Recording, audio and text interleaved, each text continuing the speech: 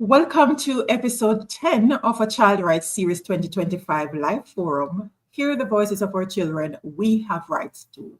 Brought to you in collaboration with the Early Childhood Commission. I'm your host, Winsome Sharia Witter, and it is always a pleasure to host our team at Early Childhood Commission along with our awesome guests that we usually have here. And this month, we're highlighting the 20th Annual Caribbean Child Research Conference, which will be held from November 4 to 6 under the theme, Leaving No Child Behind, Bridging Gaps for Marginalized Children in the Caribbean. So since 2006, this regional interdisciplinary conference has brought together researchers, policymakers, and child advocates to explore a wide range of child-related themes. Each year, it provides a platform for young researchers and other stakeholders to share papers that highlight the realities, challenges, and rights of children across our region. So as we embark on this significant milestone, we're honored to have distinguished guests, some faces that are returning to the space since the start of this series, and a couple new faces who continue to advance the mission of ensuring that every child's voice is heard and that no child is left behind. So we invite you to stay with us for what promises to be an engaging and insightful conversation. And as always, we have Early Childhood Commission, our team there in the house already, welcoming you all. Thank you so much. So let's all right, Mishka Mary, you are so welcome. All right, so our first guest that will be joining me on screen in a little while, no stranger to the space, Professor Aldrie Henry Lee, who is the currently Pro Vice-Chancellor, Graduate Studies and Research at the University of the West Indies. A sociologist by profession, she has researched and published extensively on social policy issues affecting small island developing states. Since joining the university in 1995, Professor Henry Lee has researched and published on public policy, poverty, gender, human rights, and childhood. She is the founder and chair of the Caribbean Child Research Conference. Welcome, Lady Aldrie. Thank you so much for having me. Thank you so much. It's nice to be back. Yes, I'm so glad we get to do this, where we get to highlight the awesome work that you and your team have been doing with this conference. 20 years is no small feat. And so we applaud the work that you've been doing and just pray your continued strength as you press on in ensuring that no child is left behind. Thank you. So let's help our viewers to understand a little more about the conference. How did this Caribbean Child Research Conference come about? Well, thank you so much for having me and our other guests who are online and who will give you more information on the conference. I want to begin by thanking UNICEF. The idea for the conference came from UNICEF Jamaica. They had approached me to host a seminar at which the consultants would disseminate the findings of their research. So they had some work that had been done in 2006 and about maybe 5 years before that. And they wanted somewhere where they could invite policymakers and stakeholders to hear the findings of these pieces of research. Well, I was happy about it, but at the same time, I thought that our own researchers at UWI, who would have done work on children's development, who would have done work on children's rights, should also get a chance. So I put out a call, and we were able to get a full 2 days of the conference. The consultants and the UWI researchers were able to present. As we moved into about the third year, it occurred to me that, well, and I need to say that Professor Julie Mix-Gardner also joined me. I invited her to join me at hosting the first three or four annual conferences. And then I thought to myself, we're talking about children, but we are not involved in children. It can't really, we're not doing as the articles have said to us in the Convention on the Rights of the Child, especially Article 12. So we invited the secondary school students to present research on the adherence to children's rights in the Caribbean. And it was amazing how they responded. We got entries, I think, at that year in from Barbados, Trinidad, and Jamaica. Jamaica won.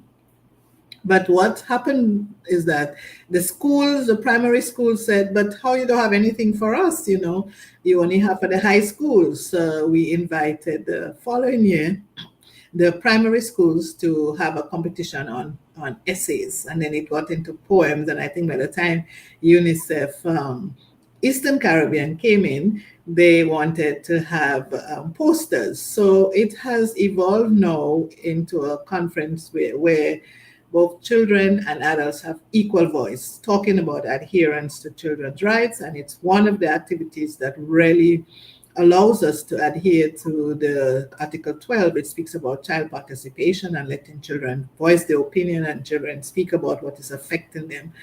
And so I'm very, very pleased to say that it's 20 years. I want to thank UNICEF Jamaica for the conceptualization. They funded it fully for 8 years.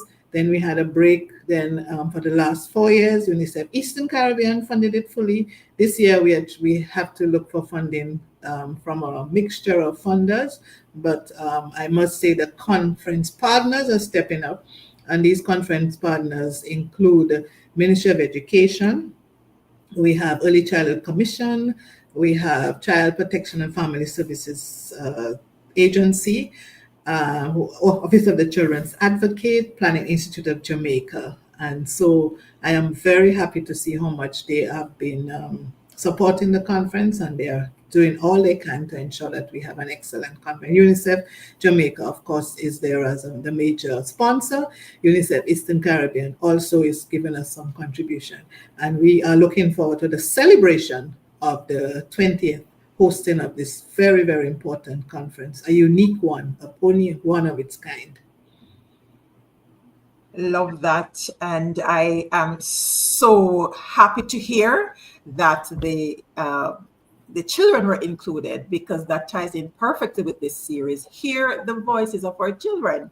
So because we want to hear from them, they have rights and they want to share. Okay, Principal Margaret Manning is saying awesome initiative. And if Fogo Road High is not yet included, we know that they are going to be on board next year. Yes. And they can come. There's still space for them to come to the conference. Yes, just send us an email or call me. I'll give a number at the end, 977-0655, and tell us you want to come, and we shall definitely have you there. The children and their chaperones enter free, because we don't want to make the children pay. But adults, researchers, or people who are not aligned to a school will have to pay. Yes. All right. Indeed. All right. So let's continue the conversation, and we will remind the viewers of how they can reach out and be a part of the conference for this year. What has been some key outcomes or impacts from the conference? I know you must have a whole lot of them, but share with us some of. Yes, the conference for me is just a provision. There are lots of achievements. As a researcher, of course, I have to speak about the peer-reviewed publications that our researchers from UWI and across the Caribbean and other researchers from overseas, because we are actually going to get some researchers from overseas, and we have always had the diaspora present. So we have been able to accomplish 3 peer-reviewed publications for academicians. On the other hand, we have also had about 4 publications for the children, and UNICEF Eastern Caribbean, I have to thank them for the last 2, I believe they sponsored. UNICEF Jamaica sponsored the first one, where we collate all the winning essays, poems, and research papers, and we have put that up on our website. I'll have to make sure I give you the website by the end of the conversation, but certainly we are very pleased with the outputs, especially the children's voices in the publications. We have also been able to train quite a number, about 300 teachers in children's rights. When we had excellent funding at the beginning, we held many workshops on children's rights, and we were able to have the teachers train the children, train the students on research methods on children's rights. And of course, for me, it is just having that annual space where children from across the Caribbean can voice their opinions and feel safe and be happy to be able to talk to us freely. So and I'm sure the child who is on will be able to tell you how much she has benefited from having been exposed to that opportunity to speak to her colleagues, to speak to adults about how we are adhering to children's rights in the Caribbean. So these are the tangible, but they're also the intangible achievements, which is building capacity among our young people. Fantastic, because it's good to have these amazing conferences, but at the end of the day, having all those awesome papers that you can go back to make reference. So the information, it's you can make informed decisions based on that. Yes, and we did. Oh, I need to say, sorry, that we actually handed the then Prime Minister of Jamaica a document with the policy recommendations that had come out of the conferences, both from the children and from the adults. So we handed that policy document to it was funded by Jamaica, UNICEF Jamaica at the time. So a consultant came, put it together, and we, at the 10th anniversary, we handed the Prime Minister a copy of the policy document. Fantastic. So the work continues. So after 19 settings, what's one of your most memorable moments? Well, every year I get memorable moments because for me, the second day, the Children's Day, is the best day. The children are eloquent. What I love is when the children, the older ones, are presenting their research papers and the younger ones question them about their research. So what do you mean when you said this? What do you mean when you said 50%? Why do you think it's 50%? And it's just an absolutely wonderful experience. And I treasure it. It's my favorite conference, but the second day it's like, I'm just in my element because I'm listening to the children. The children are so eloquent, even if they don't have the question properly phrased, but it's just a beautiful experience, which I hope you will get to have and others will get to have, because it is really a moment that I think we haven't estimated the value of having a space where children can present their research, their essays, their poems, everything from how they view children's rights, how they view the status of children. And then the other thing I would say is when the young people, there's usually a panel with young people talking about youth rights. So this year we are going to get the presidents of the various Caribbean Association of Students. So they are going to tell us how we are adhering to youth rights, what are the issues that young people are facing. And again, it's just, I mean, the young people are so full of potential, and you just know that if they are harnessed and if you give them proper skills and capacity building, we have a wonderful future. So it's an experience that it's indescribable. You have to be there, you know, to feel the joy of hearing our children and knowing that they are the future, and they know to give so many recommendations from their own perspective and from their own research. Absolutely indescribable. Yes, because I'm sitting here and I'm like, that sounds like such a rich learning environment where it's about giving and receiving and just understanding from their perspective. And I'm sure there are some questions that as adults we might not even think of, because they are sharing from their perspective. Yes. So rich. All right, as we wrap up this first segment, what is the significance of this year's conference? Powerful theme. Yes.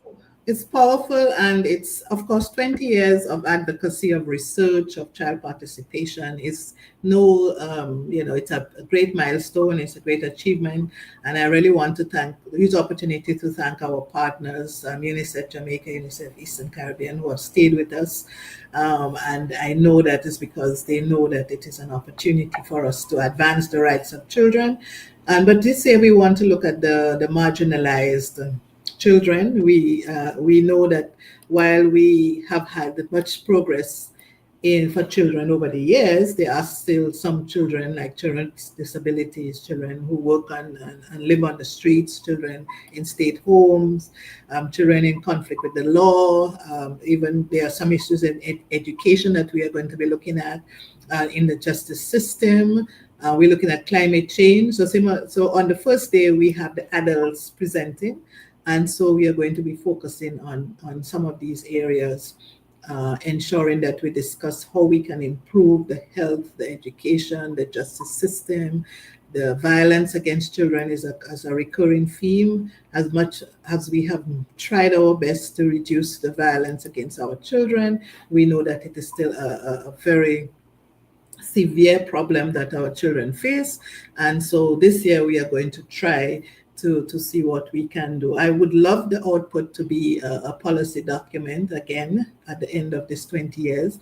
We may not focus on all 20, but certainly we would do the last 10, and come up with, as we come closer to 2030, I think it's very important that we sit back, and I'm sure UNICEF, even if will be there to support this process, where we can put together the policy recommendations for the last 10 years and see how much we can help with the CARICOM countries to look more at what's happening with our children. So this theme is very close to my heart, it's close to UNICEF's heart. I know that marginalized children, the theme actually came from one of the reports about the children on the periphery. So I certainly will be, we will certainly spend a lot of time looking at children at the margins. Wow. Now, I'm sure there are others who are looking forward to actually getting into this. But such a wonderful opening, learning so much. And I mean, the ECC sharing some gems in the comments here. Margaret Manning, educating our children is of paramount importance to their growth and development. And of course, learning research skills early helps children or students think critically and find reliable information. That is so true.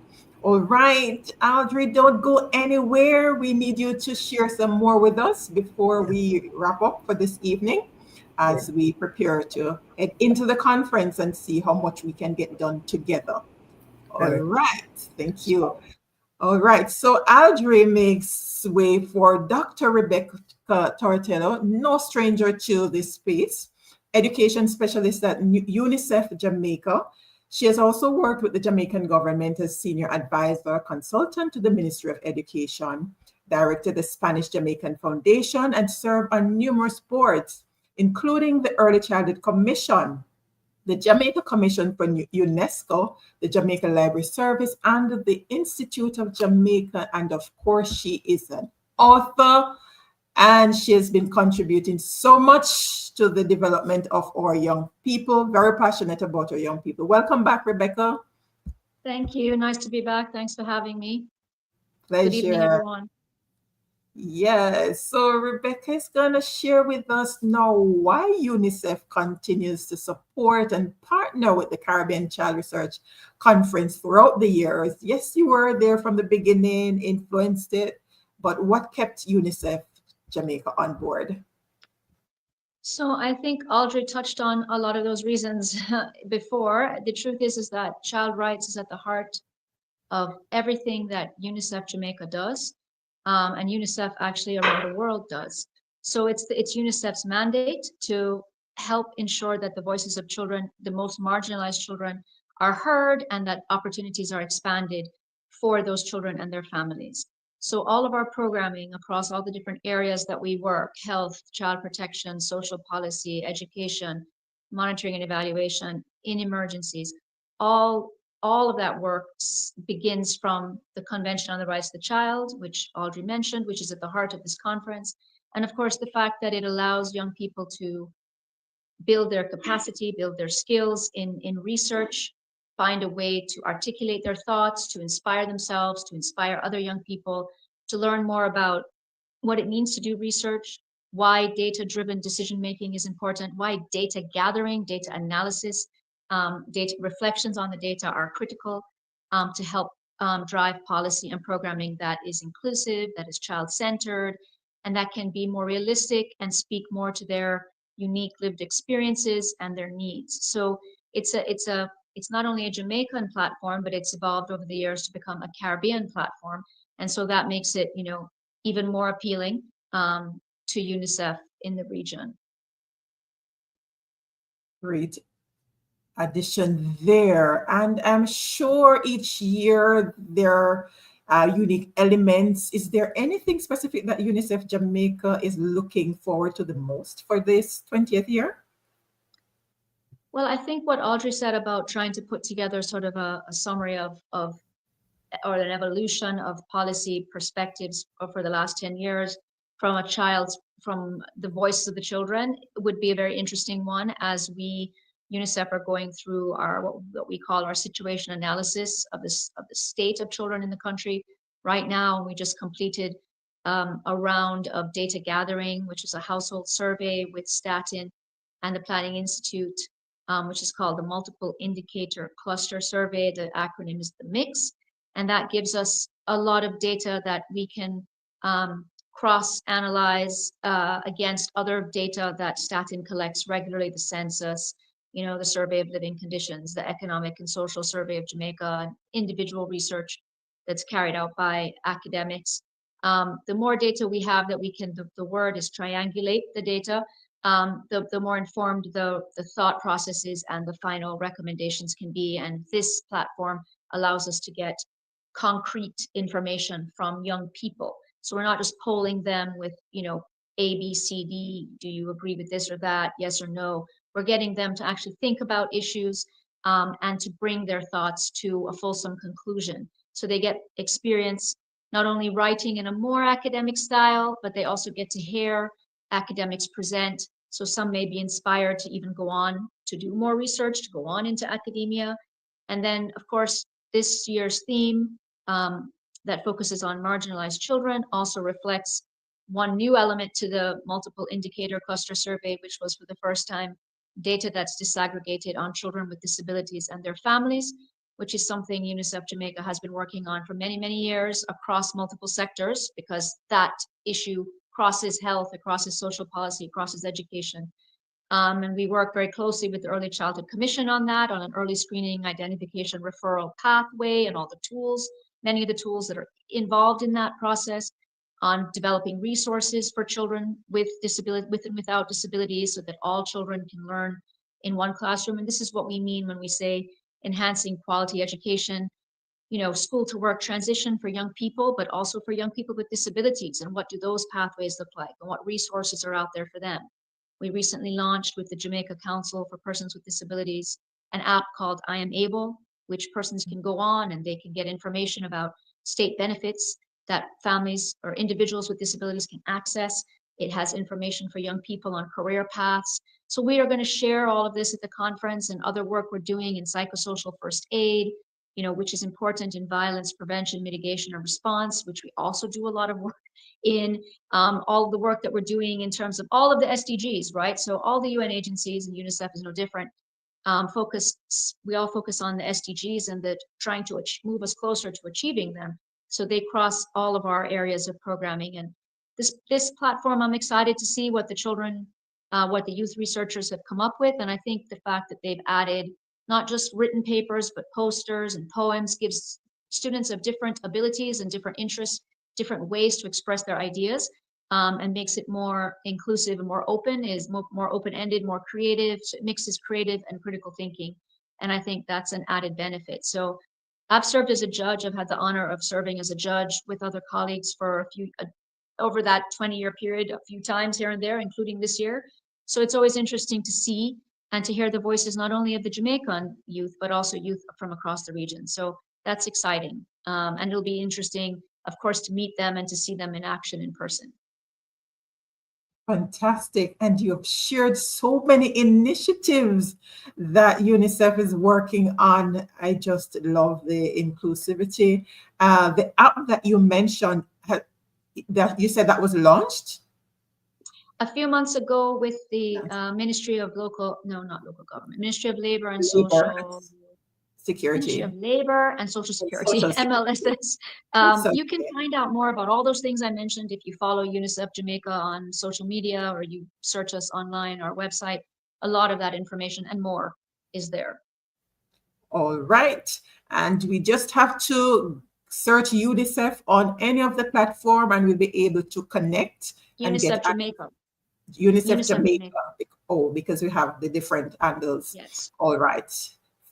Thank you so much, Rebecca. I know that you have to leave us. It's such a pity. We would love to hear more from you, but I'm sure that we'd have other opportunities to get more from you. I just love when you share the awesome work that's been done at UNICEF. It just gives us we're lucky to have wonderful partners like the ECC, like our other UNICEF offices with whom we work closely, Eastern Caribbean and other offices around the world, and then of course the University of the West Indies. So, we're blessed.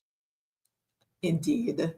Thank you, and be safe as you commute. Thank you. My apologies. I'm overseas, everybody, hence the sweatshirt and the cold. I'm in the Northeast. So nice to speak with you all, and we'll see you at the conference. I'll also be presenting, so it'll be fun to do that as well. Fantastic. Sounds like a rich, is it 2 days that you're going to be there, or 2 4? days, and yes, I think, and we'll be highlighting some of our digital innovations. We have a wonderful chat bot that gives young people information on career paths, partnering with Heart. It's called Fundu because it has mini tasks that are fun to do. So you can Google UNICEF Jamaica Fundu and it works via WhatsApp. We'll be talking about our mental health chat line that's free, also works on WhatsApp, and has worked with over 1,000 children or youth already, providing counseling information and referrals and support.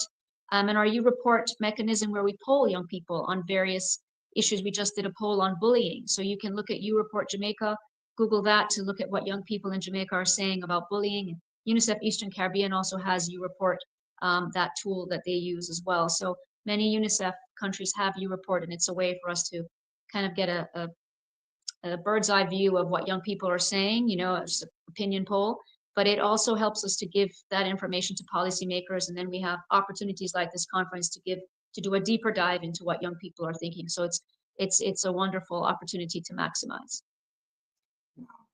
Such rich flow.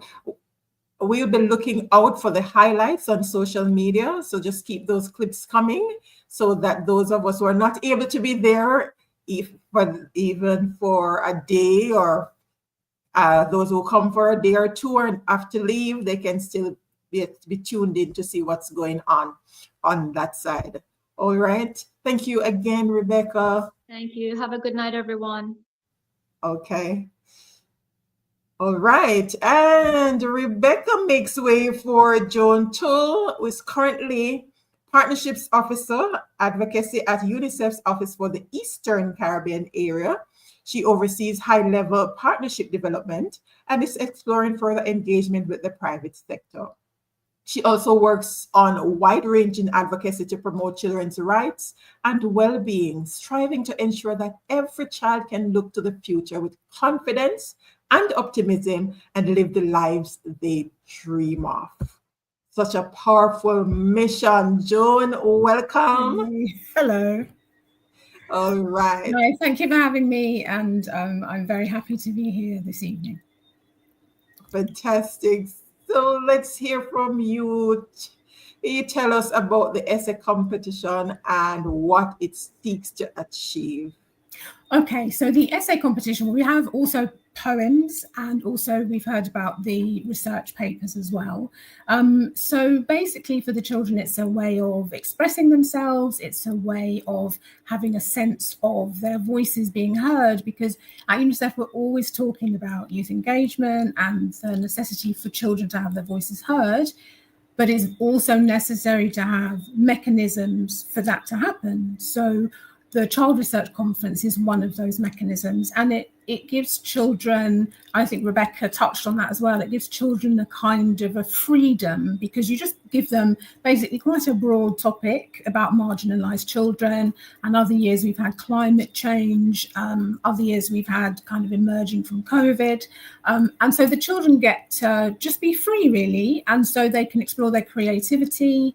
This year we kind of alternate between poems and posters. And last year we had posters, and the children are just incredibly creative, and they always surprise. I know they shouldn't, but they do, because they're incredibly articulate, thoughtful, compassionate. And so it's always a pleasure to be able to just get a pulse of what young people are thinking about, or a particular set of young people are thinking about and creating ideas surrounding. Because quite a lot of the time I find personally that at UNICEF you can get bogged down in the weeds of policy and those kind of areas, and it's actually really interesting to go back to the people that you're supposed to be serving, and what is it that they're saying, what is it that they're thinking. And this year, as we know, it's about marginalised children. So we've had essays. I was an essay judge, so I can talk about that. And they have been talking, as I say, very interestingly and compassionately about children who live on the streets and what that might mean. And also children who are living with mental health issues. So, it was, for example, there was one child who wrote very, very movingly about a classmate who's living with autism. And also part of the rubric is that you don't just talk about the situation and describe a situation, you actually kind of tell us what you can do about it. And so for some of them, because they're young, because the essay age is quite a young age, some of them it's very, let's be kind, and which is great. And for others, it's real policy things. So this is what you can do in terms of teaching. This is what the education ministry should be doing. So again, I just think it's wonderful that we have so many talented, interested, engaging children in the Eastern Caribbean and beyond. I love that, because I'm sitting here thinking, for those who came up with Be Kind, I'm sure their minds are open to the other ideas that are shared in this space. And absolutely. Absolutely. And that will come out of the conference, because we will have children there and they get to support each other and share ideas. Because I think it's Rayanna is coming on later, and I was there, she won in Barbados, and the children were so incredibly supportive of each other, actually, and really interested, and again, really engaged, and just they were clapping her and cheering for her, because she did do a very, very impressive paper. So the children come and they present their papers, obviously. And that was also really nice to see that, yes, it's about policy, and yes, it's about making changes in how we treat children, but it's also like a really great, I think, I would like to say, a really great experience for the children themselves. I think it's a good thing all round, actually.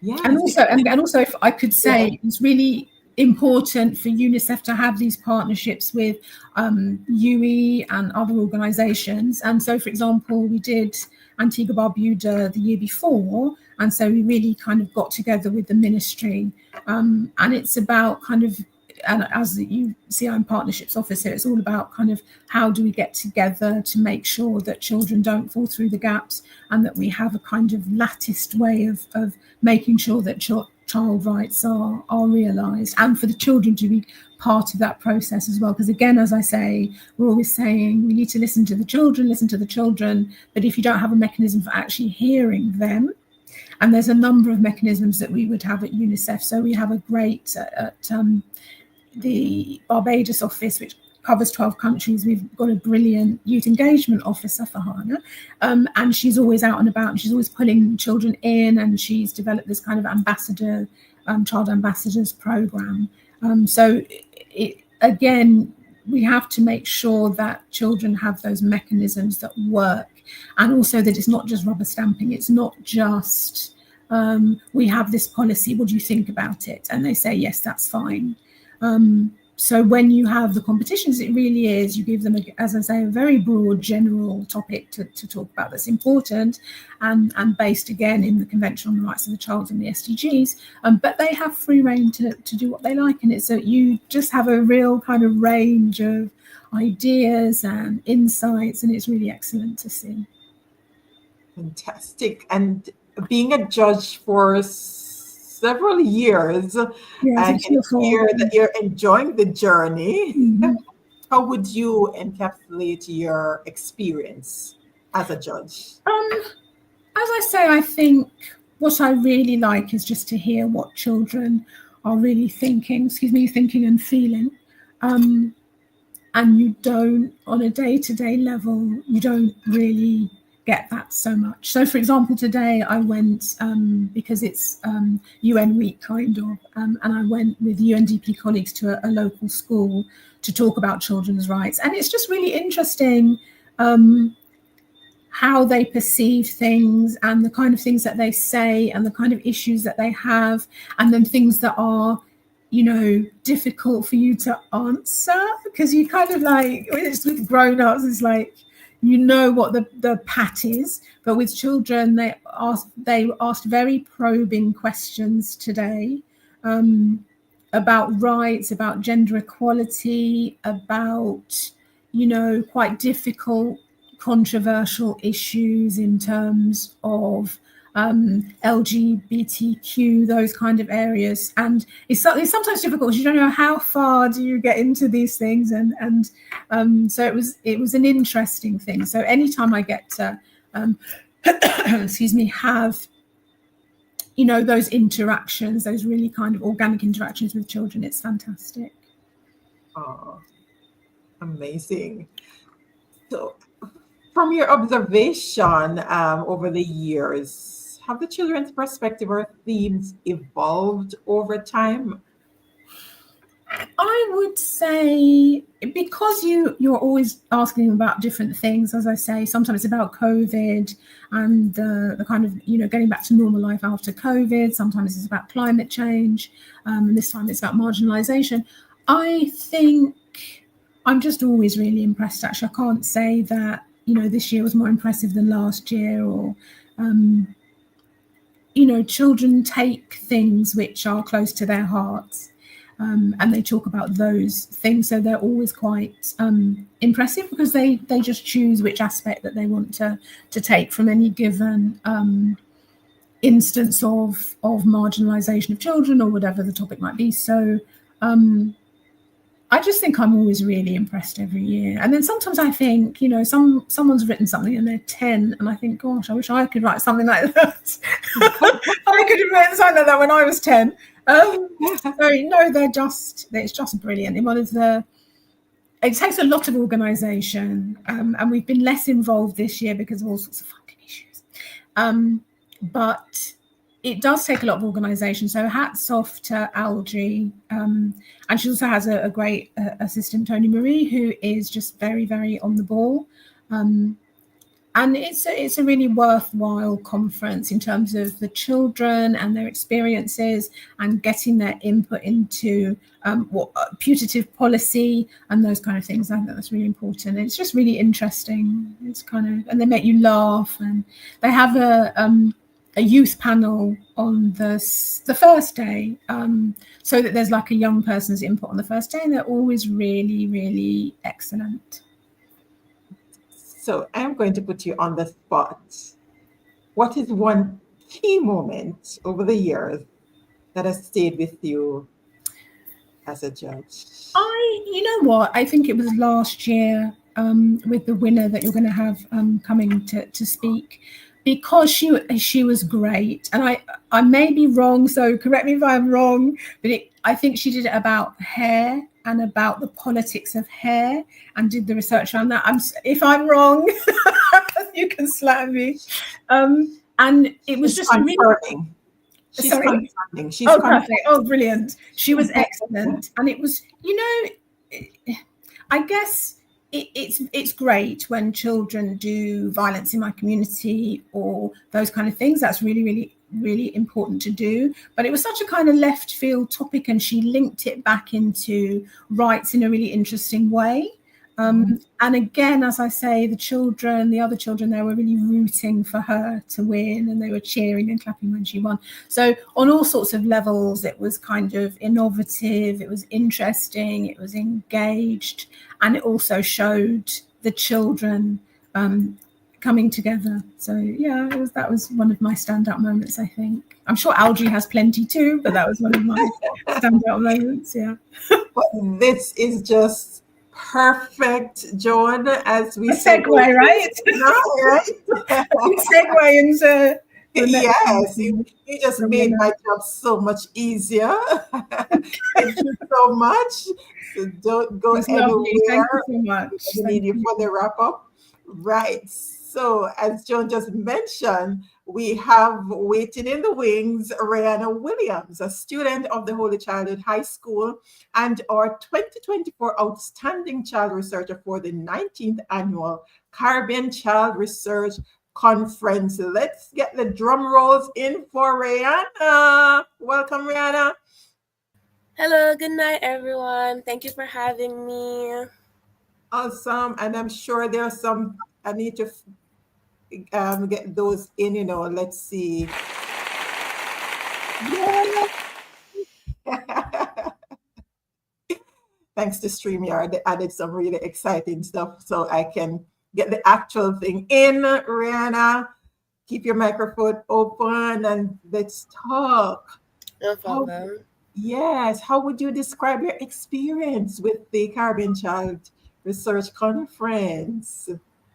I would definitely say that my time in the conference was one of the most amazing times of my life, and it was definitely transformational, definitely eye-opening, because I am the type of girl, I love meeting people, and I especially love meeting like-minded individuals, especially youth leaders. So the aspect of sharing my research project and sharing my passion for the topic that I dived into, but also engaging and interacting with the students who were shocked. One thing I have to make mention of, because Ms. Tull was talking about how the students were rooting for me. I recall seeing their faces when I was diving into evidence and examples that my research entailed, and their faces were filled with shock. And I was like, yes, I have them, because I didn't want to do something that they hear every day, because we were in Barbados and they have very different policies as it relates to dressing and hair in comparison to Jamaica. So they were very shocked to hear the things that I had to mention, and then the conversations and the topics and the discussions that were held afterwards. That was amazing. My time during the conference was amazing. Just getting to do something that I was passionate about, which is hair, because, as me said, to do a topic that you are passionate about and very interested in, and a topic that you really and truly carry to your heart, and you get to share that with other people, and you get to have that resonate with them, and you have them see where you are coming from and see how they too can even add to or even aid in the betterment of a particular notion. That was amazing. That was all I really wanted to do, because one of my aims is definitely to take up space in any capacity that I can and speak up for other people. And this conference definitely paved the way for that aim and goal of mine. I'm really grateful for it.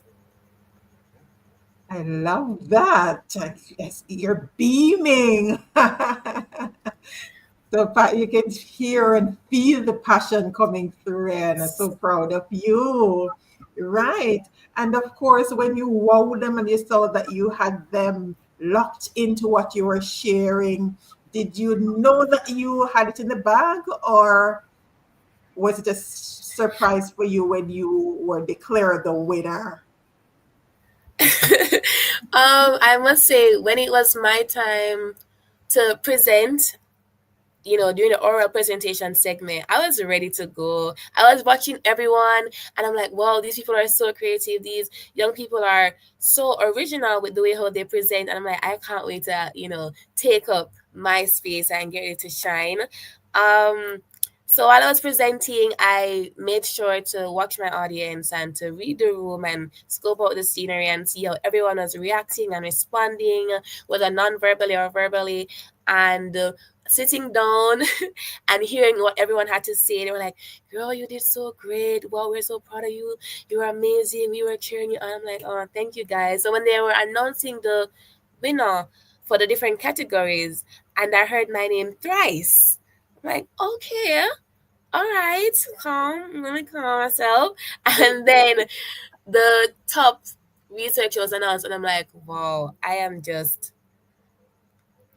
wanted to remain very humble, but I was positive that I would bag a good amount of winnings based on the way how the audience and especially the judges reacted to my presentation. So I was confident. Yes, I will say that. Yes, but you can celebrate Yes, and indeed. still be humble. Yes. It doesn't take away. All right. Is this your church? Children Church is saying amazing. All right. That's fantastic. Amazing indeed. Uh, so, how has this experience impacted your perspective, your outlook after the conference? That's a very good question. After the conference, although I must say it is interesting to see how, even though it is a regional competition, so it is something that you expect to be more widespread publicly and in the media, right? And you'd have thought that you'd see a lot of change afterwards because you're not only seeing local media entities speaking on it, but many people are talking about the conference as they should because the presentations, the young people, they were exceptional. And my outlook, it made me realize that advocacy is a thing that you really have to be consistent with because after joining the conference, I joined the Jamaica Youth Advocacy Network Council, and after engaging with them on many different levels and finally being on their council, I realized that they put in a lot of work and they have to be very consistent with their advocacy. So yes, I can say that I did a research project, but what else can I do afterwards to ensure that the idea that I want to get across, the policies that I would love to see implemented, what else can I do? How else can I get other young people on board to ensure that our voices are heard? And not only to hear that our voices are heard, but I really love to see and I really want to see that the stakeholders involved, especially the ministry, that they acknowledge and they publicly and verbally say that they acknowledge what we are complaining about, they acknowledge what we are having issue with, and they will make it a priority to ensure that whatever we are requesting, seeing that it is in the best of our interest, it will be implemented.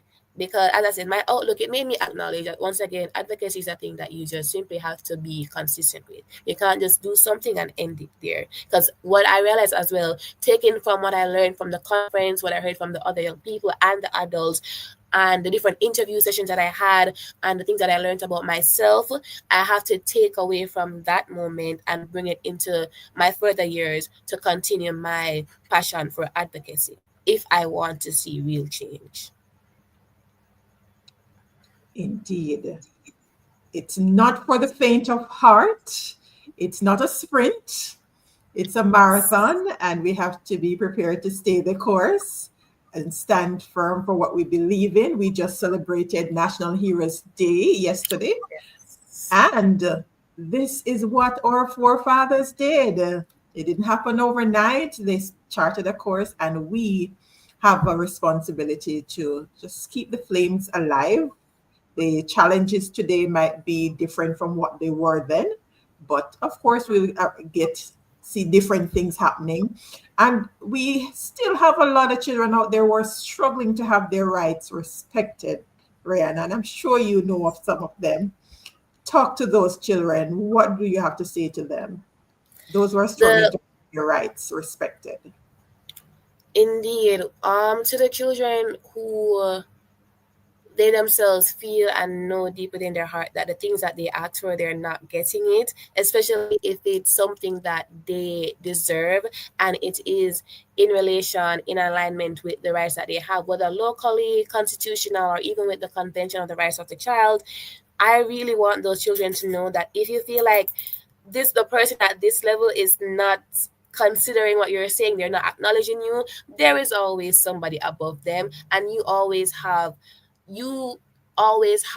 within you the motion to say, go ahead and find those people, make your complaints. I always tell myself, if I know that this person A, is not doing what they're supposed to do, they're not doing what their duties and responsibilities outline, I'm going to go to the person above them, because they have to respond to somebody, and there will always be somebody who is out there to assist you. Because my topic dealt with issues that is primarily found within schools. You may feel as if, okay, one person is not doing what they're supposed to do, so you can talk to your guidance counselors. If you feel like the schools are not necessarily adhering or acknowledging your problems, you can, in a smart and appropriate and respectful manner, find the stakeholders who are more fitting and who and who you are more confident will take on what you have to say. I always have to say that there is somebody out there who is always ready to listen, to help, to aid, and to help you in your best interests. Thank you so much. I love that you add that little clause to it in a respectful way, because Yes. you can be saying the right things, but tone matters. Yes, Thank indeed. you, Rayanna. You are just such a bundle of joy. Let's bring up Aldrie and Joan to give you your flowers. I could see the faces backstage. You're just beaming. They say that we got it right, because when you have so many amazing, brilliant young people coming together, it's never an easy task to select who is supposed to be given the top award. And so I'm sure that you're all feeling honored to know that you made the right choice, and I'm hoping that there are others who are being inspired by you, Rayanna. And they will be rushing, and Aldrie gonna have to go dig into some funding somewhere to feed to feed them all when they come in to make their voices heard. Such a fantastic program, and I'm happy that I get to learn some more about the awesome work that the team is doing and how our young people are benefiting. Amazing. All right. So, Aldrie, share with us now a little more about the conference. Where can people get registered? When is there a deadline for registration? Yes. So thank you very much. And I just want to say, you see why I'm so proud of our children. When I was speaking about the fulfillment I feel when I listen to them, you got a taste of it tonight. So, and you have so many of them, and she was very outstanding, because I'm great to listen to them. And I really hope that other persons will join us on November 6th and 7th to listen to our children. There are going to be so many more Rayannas around who are going to tell us how they feel about children's rights in the Caribbean. It's going to be at the University Regional Headquarters. The cost to adults who are attending, USD $200 US for the 2 days. And trust me, it is not a profit-making venture, so it's just enough for us to cover the bills. And we really hope that you can come. Those who are belonging to conference partners like the Ministry of Education, ECC, OCA, CPFSA, PIOJ, they will be paying $170, but others will pay $200 US. We hope that you can join us. The number if you want more information, 977-0655, or you can email us at childconferenceresearch, one word, childconferenceresearch@gmail.com. and we will respond to you as quickly as possible. But we are catering for 200, so please put your names and register as quickly as possible so that you can hear the brilliant minds that our children have and you're going to experience and remember. It's going to be a memorable occasion when you join us for the 20th Annual Caribbean Child Research Conference. Thank you for that. And just in case you didn't catch all that, that's okay. We got you covered. You can watch the replay, share the link so others can get access to the information. And if you want it in small bites, we have our blog recap, just 2 to 3 minutes read that highlights the key points from the discussion here. That comes out on Monday on the Serenity Resource Connectors website. Stay tuned. At the end, you'll see that coming up. So the conversation continues. We want you to share with others so that they can become aware of this awesome platform. But sometimes when people say, oh, our voices are not being heard, no one is listening to us, here's a space where you'll not only be listened to, but you'll be heard, and you have an opportunity to actually contribute to policy decisions. I mean, Rayanna, I'm sure years to come, looking back, you're going to say, did I do that? Yes, you did. And you keep doing it. As Sasha Ellis said, keep pushing, your voice is heard. So let me thank you, Lady Aldrie Henry Lee, as well as Rebecca Tortello that was here with us, Joan Tull, Rayanna Williams. Thank you so much for sharing. And it is just amazing, the awesome work that's been done in these different spaces. And I get front row to hear all about it here in the Serenity Resource Connector space through these awesome programs. And we encourage you not keep the information to yourself, share it with those in your community, in your different groups, so that they too can have access to this information and be a part of the change that we all want to see. But for it to be done, we have to ensure that we get involved and do it together. Thank you for those who are able to join us live on YouTube, Facebook, Instagram. For those who are watching the replay, thank you so much for tuning in. We do this segment third Thursdays at 8 p.m. Outside of that, we have a space here on Thursdays at 8 p.m. where we look at different areas of community development, culture, education, youth empowerment, community development in general, as well as, we said, cultural ready. So many different things that you want to know about community development, what the young people are doing across Jamaica, the different initiatives that they're involved in, where you can learn from them. A number of them would have been awarded in the Heroes Day ceremony coming in November in their youth segment. There are going to be a lot of awards going around. So we want to continue to celebrate our children and make space for them so their voices are heard. They're part of the change that they want to see. Thank you again. It is always a pleasure to share space with you here. All right. Have yourselves a fantastic rest of the night. Thank you for having us. Thank you so much. Pleasure. Thank you very much. Thank you very much. Bye-bye. Good night. Okay. A Child Rights Series 2025 Live Forum, Hear the Voices of Our Children, We Have Rights Too, is brought to you on third Tuesdays at 8 p.m. in collaboration with the Early Childhood Commission. Visit our website at www.serenityresourceconnector.com and subscribe to receive our weekly blog post. Join us again on Thursday at 8 p.m. for the SRC Community Development Live Forum. Thank you for watching.